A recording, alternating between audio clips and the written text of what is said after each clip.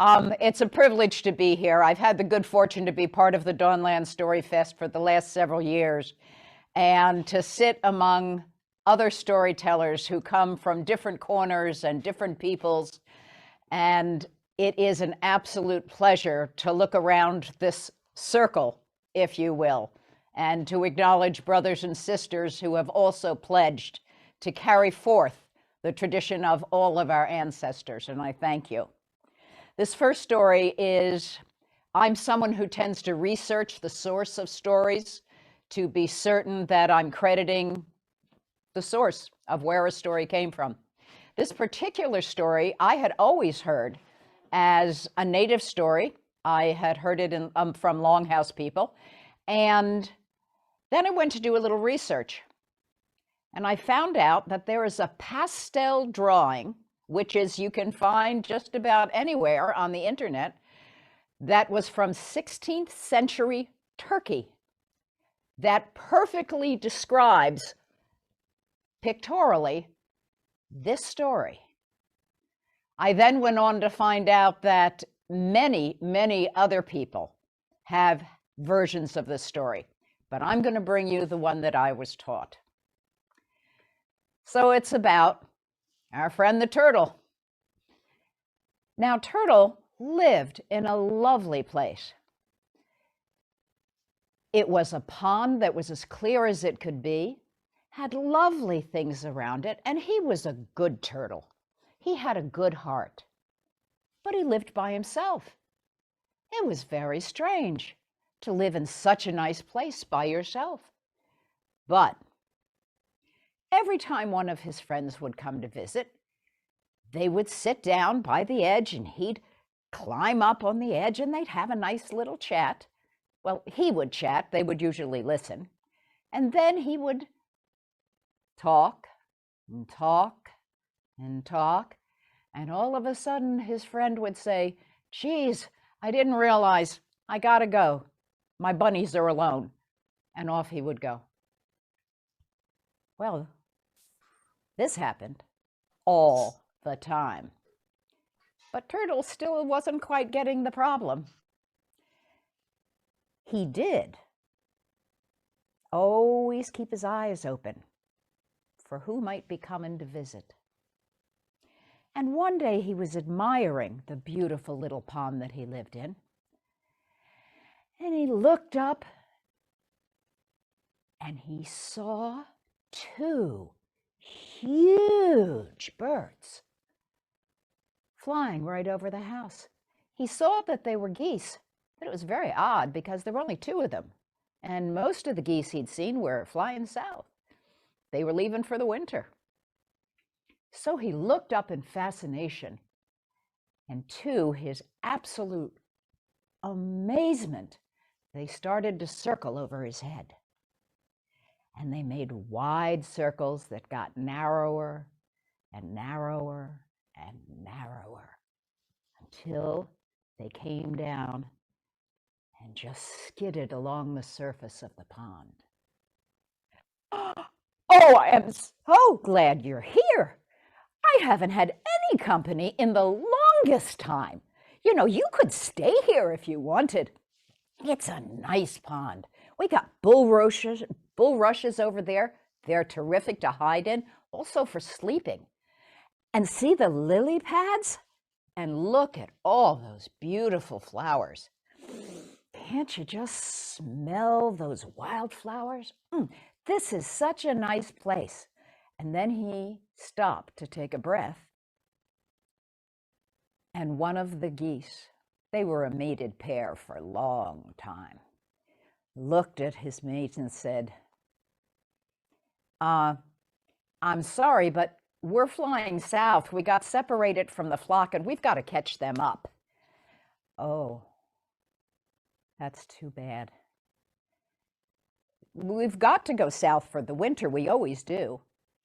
"South? You're going south? I've always heard about south. South is like where there's flowers all the time, all different kinds of flowers." And they nodded their heads. And he said, "And it's always warm. It never snows there, does it?" No. Well, wouldn't it be wonderful to go south? And this time, the two geese looked at one another and said, well, we could take you with us. Me? Go south? No, that would never work. I've got these little tiny paws, and they dig really good, but it would take me a year and a half to get partway there. I can't do that. No, we were thinking we would take you. Oh, no. You've got webbed feet. You don't have any talons to hang on to my shell. And, well, I can't ride on your back because you need to fly, and I'd probably just slide right off your tail. I guess I can't go. Well, at this point, the geese were actually feeling a little sorry for Turtle. So they had a little conversation.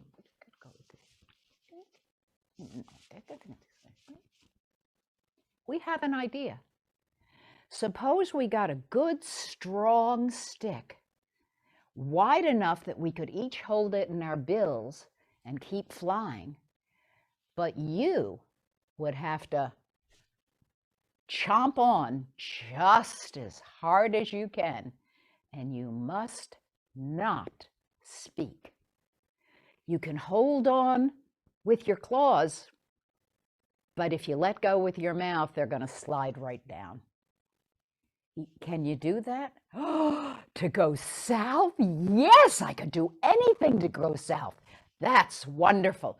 You know, I was thinking of all the things that I can do down south because it's that kind of weather, and you could just, and there's water everywhere. Everybody has little swimming pools, and they have ponds, and they have. And he realized the geese had gone. They'd swum at his offer into the bulrushes. They'd had a long day. And they went to sleep, and so did he. He was so excited it took him a long time, but he fell asleep. And when he woke in the morning, there were the two geese right up on the shore with a strong, long stick. They said, here's your ride. Oh, that's going to be absolutely wonderful. Shall I just give it a try? And with that, he did. And they picked up the stick, and he went, oh, great. Well, it wasn't great. It might work. So off he went. They started to run, and he had his paws up on top, but he was chomped as tight as his jaw would go. And he was on his toes. So while they were running, he was trying to keep up with them. And then they took off. And he became the famous flying turtle. He was so proud and so excited. He kept thinking, this is fabulous. They traveled for quite a distance, and they went over a meadow. Now, Turtle's still hanging on, but he looks down. Huh, right. Rabbits. But the rabbits started talking because they looked up. Well, the rabbit looked and spoke in a voice loud enough for Turtle to hear. What is that they've got between them? It looks like, I don't know, pond scum? Well, Turtle was not pleased. No, I hurt her. And on they went. Then they went over the woods. Woods were very, very nice. beautiful clearings, nice undergrowth. You could smell the smell of winter coming in the most leaves at the bottom. So that's where they went next.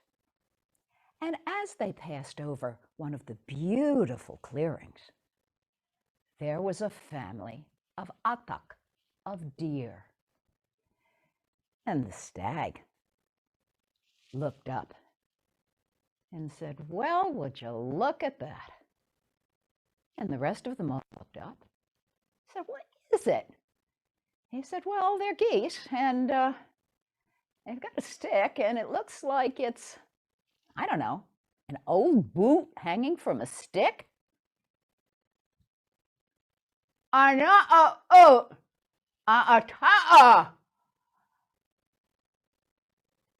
He hung on. He didn't open his mouth, and their journey continued. But now he was really getting annoyed that nobody knew that he was the famous flying turtle. Little farther down, they came across a schoolyard, and there in that schoolyard were children playing, boys and girls, recess. But one of the older boys put his hands up to hit the volleyball, and the volleyball went right by him. He said, "Look at that." And all the boys and girls came running over and looked up. He said, "What is that?" He said, "Well, geese, and they are headed south, but what is that thing in between?" And one of them said,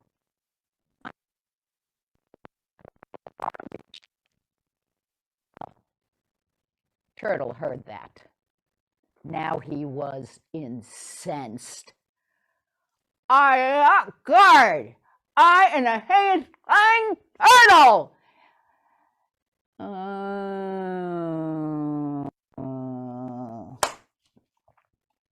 Oh, that hurt. He landed in some soft mud, but right on the edge of the lake. And he looked up, and there went his friends. They looked over their shoulders and dropped the stick because they had told him they could not help. Meanwhile, this poor turtle on his back in the mud, hurting for certain. He hurt in places he didn't even know he had places. But there he was, and you have to make do with what you have. So he began to roll ever so slightly and slowly in the mud. And he dipped the back of his tail down, and he moved until he was completely covered with the mud. And there was still a few hours of daylight left, so the mud began to draw up. And he was satisfied that he had done the best he could, and now all he could do was wait for spring. So he pushed his way through and went down into a little wallow he had made at the lake. And of course, the first hard freeze of the night had come, and the lake was going to be frozen the next day. And he knew this. So in he went to sleep until spring. When it was time, he did manage to back himself out using his back claws, and he came fully out of the wallow.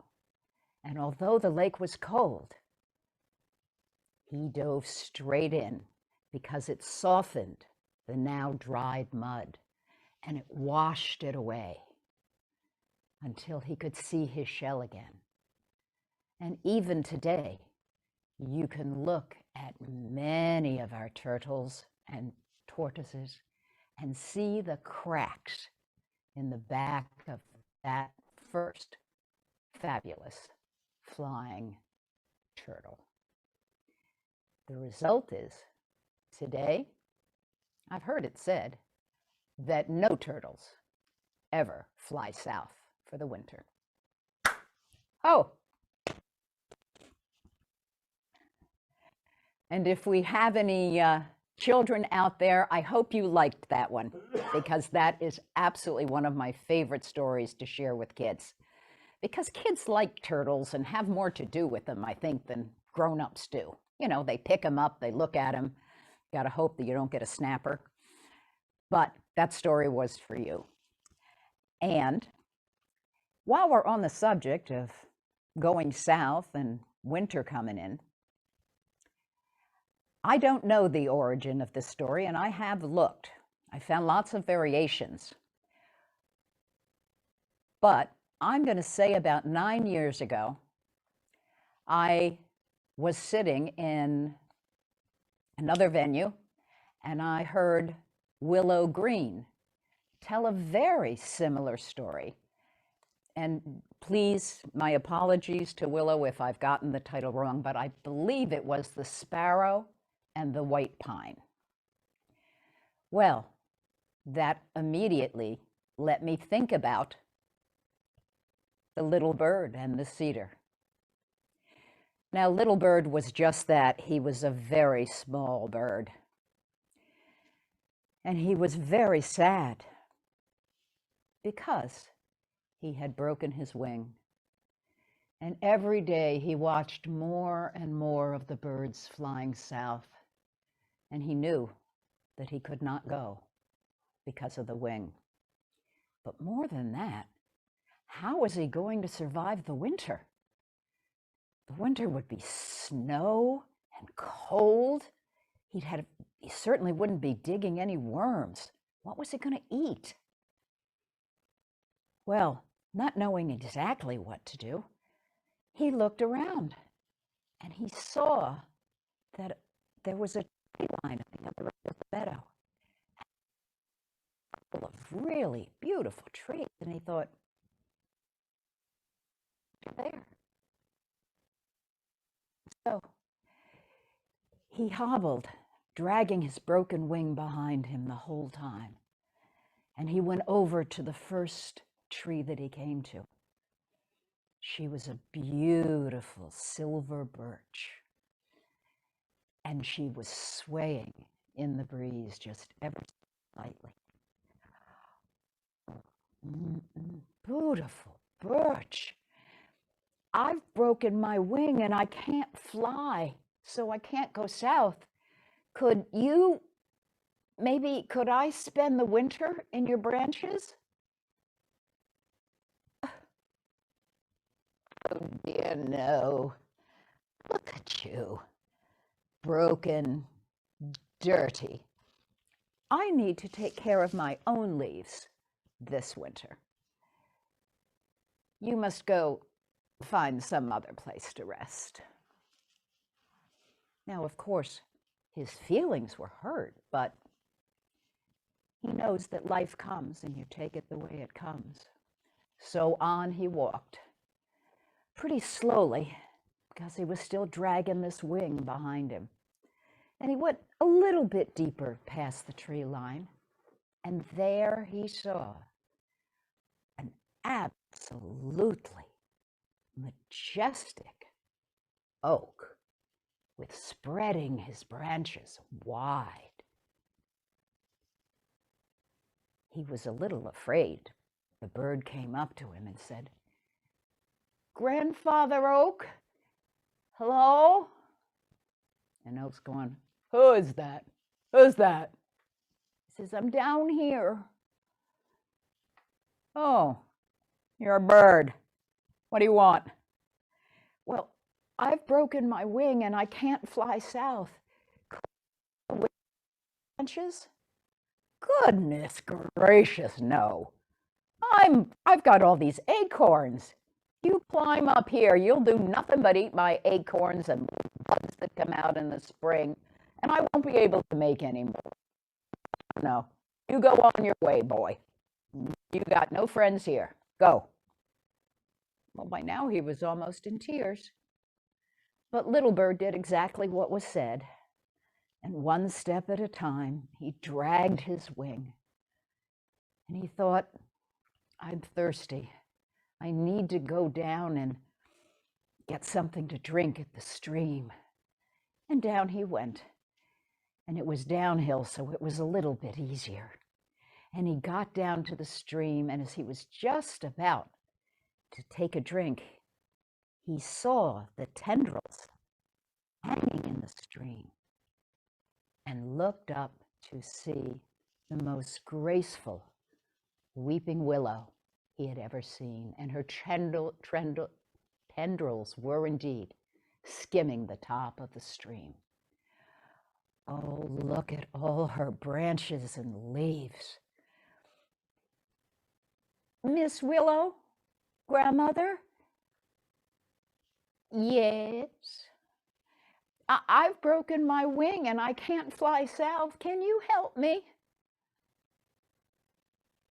Don't be ridiculous. You're a bird. I am a stately willow, and I never talk to strangers.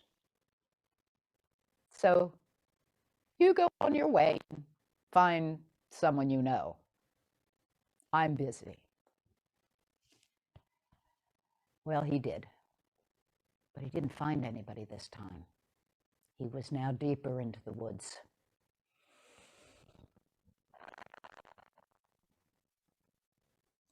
And he had to sit down, and he took his wing and he put it on some moss so it wouldn't hurt so much. And he thought, what will I do? I have no protection. I have no food. And he heard a voice. Who are you? Where are you? I'm right here. What's the problem, boy? Well, you see, my wing, Who are you? Ah, I am a cedar tree. And then he saw who was speaking. And he looked way, way, way up that tree. It was rich and full. He could smell the cedar coming up his nose. He thought, this is a healing tree. I like this tree. And so he told his story to the oak, to the cedar. Unlike the oak, the cedar listened carefully and said, well, if you look at my branches, you will see that I have very fine needles and wide spaces that go all the way up to my trunk. If you climb up on here, you can spend the winter. Can I spend the entire winter with you? I'd be glad for your company. Yes. And with that, the little bird, dragging his wing and holding tight with his little talons, walked his way up the branch. And as he got closer and closer, he was finally able to rest right up against the trunk of the cedar tree. Now, while he was getting settled, all of this had been seen by the pine tree just to the north of them. The tree said, little bird, I am not as big, but I am strong and straight.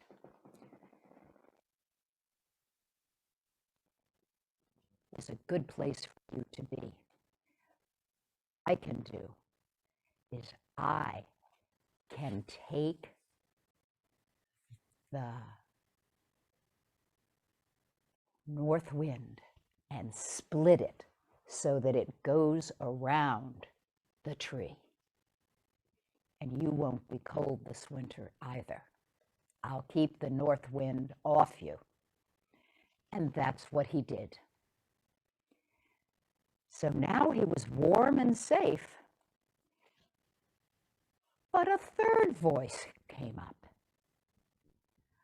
"Oh, you poor little thing. What are you going to eat this winter?" "I don't know yet, but I'm safe and I'll be warmer."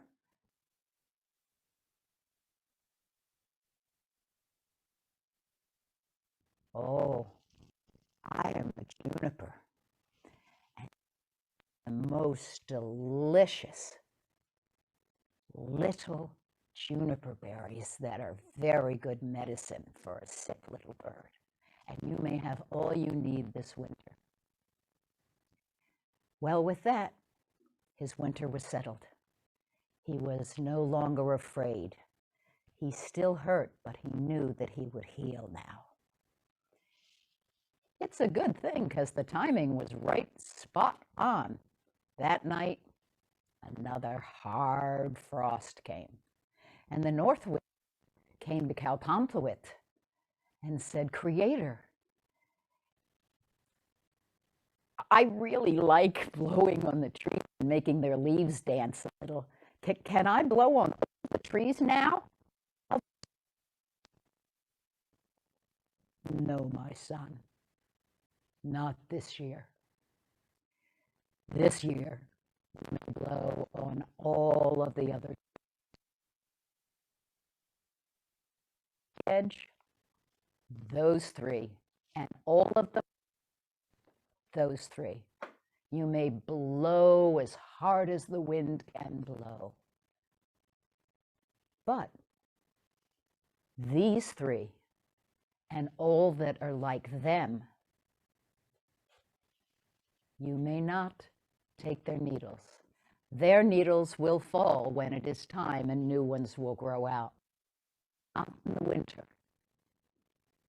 You may blow every leaf off every other tree." And he was like, "I've never been allowed to do that before." But there is a reason now. And so he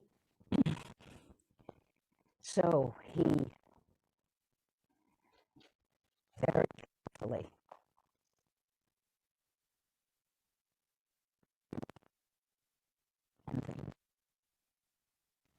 did a wonderful job. And that is why today we call the cedar the grandfather of purification, and he's used in many healing ceremonies. And all of his kind we lovingly call the evergreens, because no matter the weather, they are forever green. Oh, thank you. I hope you enjoyed that. And again, my thanks out to Willow for reminding me of the story. It had been a long time. So, excuse me 1 second, coat the throat.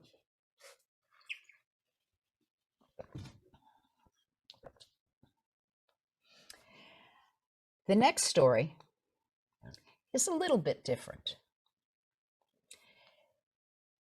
It's a story about sickness and compassion and fear, all of which we all experience at different times. This is a time long, long, long ago, before what we call time began. There was an old man. He came through the village, out of the woods, and as he approached the village, he saw a woman with a beautiful, the flat berry baskets, and she had just come from picking berries for her family. But she took one look at him. She almost dropped the rest of the berries. She said, "Go away, please go away." For he was now close enough for her to see the running sores on his face. the loose skin on his arms and by his hair. She could hear the rasp in his voice. I'm sorry, I did not mean to frighten you. I am in need of healing. And with that, she said, I know nothing of healing. I cannot heal you. Go away. Please, go. Go to another village. And with that, he did. It was getting harder and harder for him to walk. So he got a stick and he put it in the ground, and he was able to use it to pull himself forward for each step that he took. And the stake went in the ground, and he made progress. He came to another clan village, for all of these people were the Salagi. And there was the Blue Hair clan, and there were other clans as well. But he saw a lovely young woman. She was smiling. She had her baby in a ruck across her belly, for she had a big basket of corn. She had just caught the very last of the season and was bringing it home because they would dry it and use it all through the hard winter. She had a toddler by her side, and the toddler saw the man before she did. And he went running over, and the mother went and grabbed him by the hair and put her other hand out, for she had long since dropped the corn, and held the child to her and said, Who are you? What are you doing here? And then the old man said, I'm so sorry. I didn't mean to frighten you or your children, but I'm in need of healing. I need help. Not from me, you don't. You may be contagious or cursed. Do not touch my children. Leave this place. It's hard enough. Go, go. And he went. He finally came to a village where he heard something that caught his ear. It was laughter, the laughter of young women. And he listened very closely and took his stick and dragged himself forward one more time. And he came to the lodge. And a deerskin was over the door, so he was not allowed to enter. He rapped his stick against the spines of the lodge, the saplings. And a young woman opened the door, and her face also changed, but not with revulsion, but with compassion. Oh, you poor man, what's the matter? And the man explained, I'm very ill. I don't remember what it's like to be well. I need you to help me remember. I need healing. And the young woman said, Oh, I am so sorry. We know nothing of healing. Just my sisters and I live here, but we have a good fire going. Won't you come in? And the sisters had just laid out beautiful deer hides right on the floor next to the fire. And the young woman, not thinking anything wrong, took her arm and wrapped it around the old man. And between her and his stick, the sisters helped him lay down. The sister who answered the door could see that his lips were parched. It had been long since he had had anything to eat or drink. So she said, Old one, let me feed you some spoonfuls of nice, clear water. It's not cold, it's been up in the lodge for a while. And with that, she gave him one spoonful.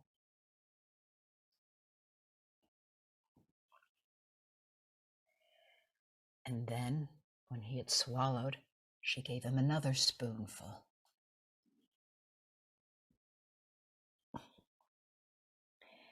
She got the whole cup down in one spoonful at a time, but then he held up his hand, shaking as badly as it was. She knew he could take no more, and he lay down on the blankets, and he slept for the first time in a long time.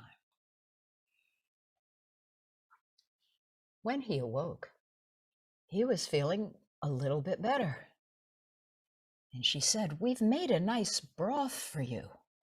We took out everything except the broth, but it has onions and it had a little dry venison in it. It should be good to help you heal." And with that, she took the spoon and the cup, and again, one spoon at a time. The young girl wondered how long it had been since he'd been fed. And she continued, and he was able to get down almost the whole cup. And then he fell asleep again and slept straight through to morning. In the morning, they had a little more broth. And he said, no, I don't want the broth this morning. I would like it if you would go out and get me some of the inner bark of the white willow. And that's what she did. And she was back as quickly as she had left, because she knew just what he wanted and where she would find it. And she came back in, and he told her to make a tea from that. And that is exactly what she did.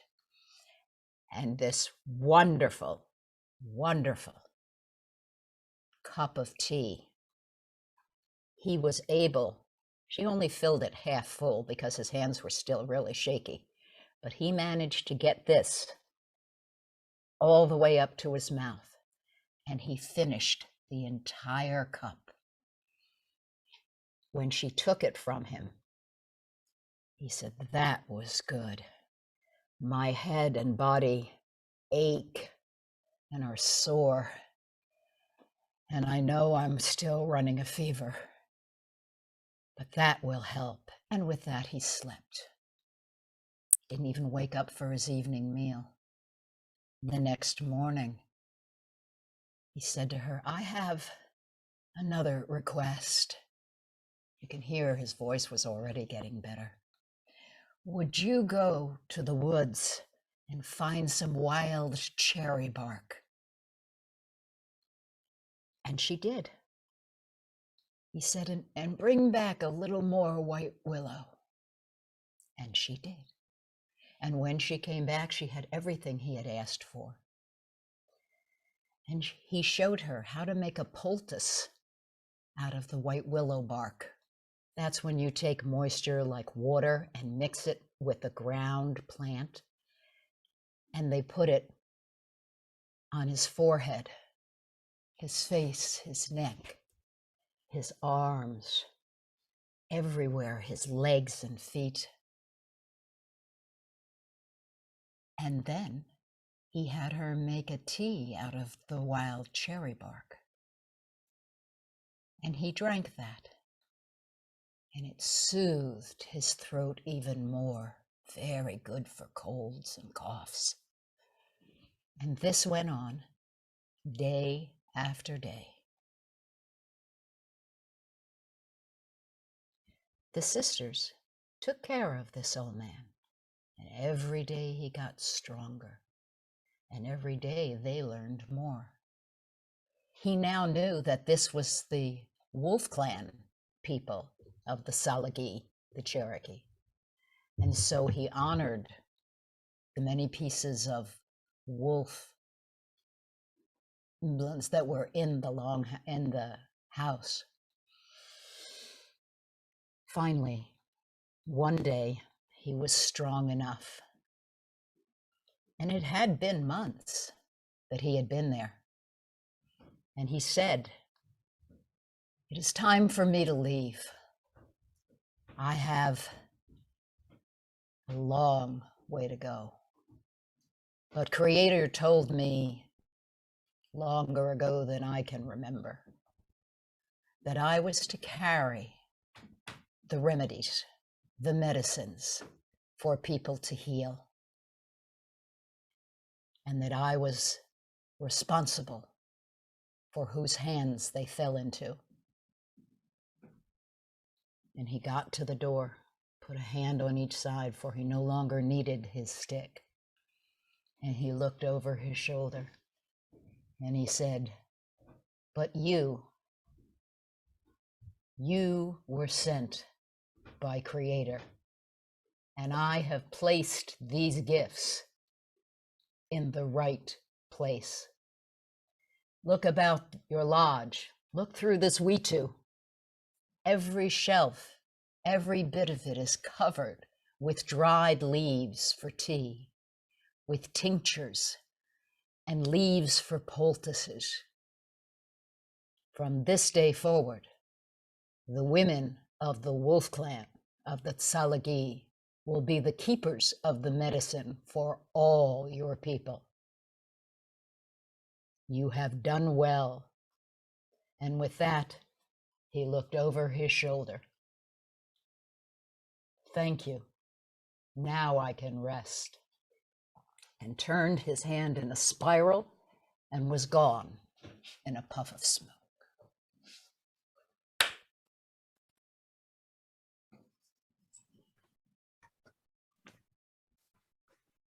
Thank you.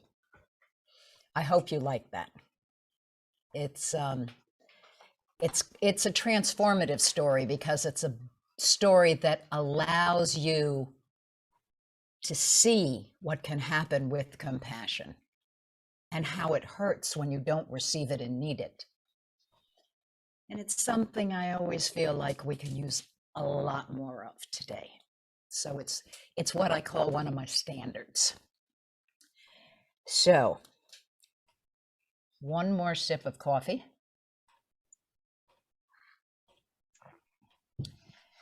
And I have a 3-minute pocket story.